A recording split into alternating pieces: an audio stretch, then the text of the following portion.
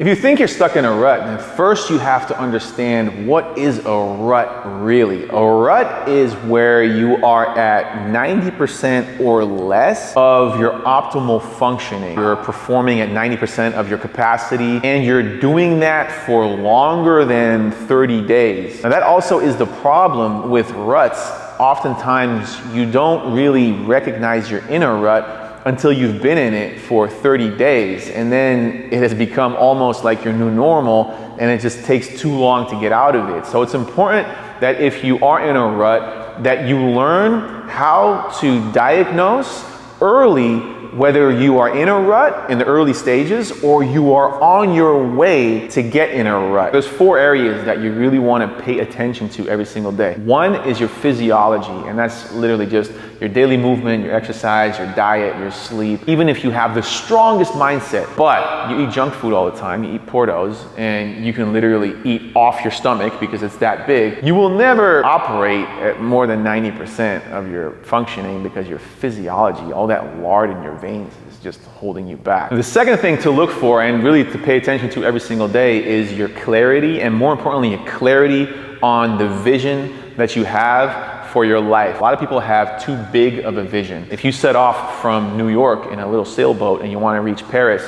you can't even see the Eiffel Tower yet. You're gonna have to go through all the ocean right there, and it's gonna suck. And it's very easy to lose motivation because it's such a long journey. If your goal is too small, if you just want to cross a little river, in a little calm river, and you get in a boat, you're like, yeah, this is not really exciting. Your vision has to be so big, you're barely able to see the end. You ever seen it where there's like a long distance run, they're running for hours, but then they see the finish line and they start running faster. Now, if you can constantly accelerate and run faster because you constantly see the finish line, then that will keep you mentally fresh. The third point is necessity, and it is the reason why we do what we do. And you can have 2 reasons, really. You can have selfish reasons and you can have unselfish reasons. Obviously, selfish reasons can be like, oh man, I really like that new Harley Davidson that came out, that Lowrider ST. It has the new bronze wheels with the black trim. Woo! Unselfish reason can be that you want to support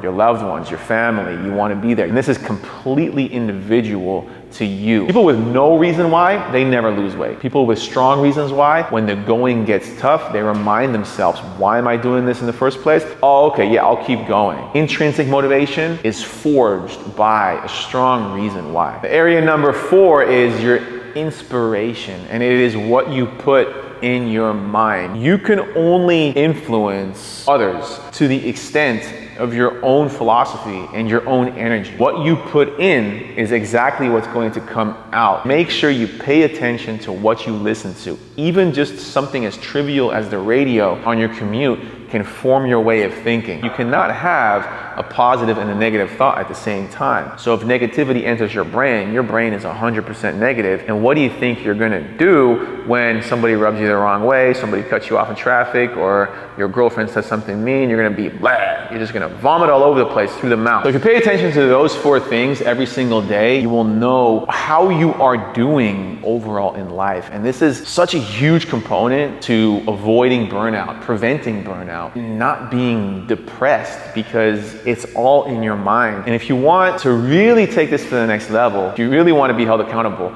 ask your closest people closest to you, your surroundings, your family, even your friends, your coworkers. Ask them, hey, what is your experience of me? You have to be ready for the answer. But if you keep your finger on the pulse, you pay attention to your daily functioning, those 4 areas that I told you about every single day, you're gonna stop breaking promises to yourself. You're gonna start living on a higher level. And man, imagine a life where you're always over 90% of your capacity, you're always over 90% of your functioning. You're gonna accomplish a lot of great things. Shoot, you're gonna end up, probably somewhere with a nice little button up and a chiseled chest, tanned, no mustache, I don't think so, but just luscious hair on a yacht in Newport Beach, and life is gonna be great.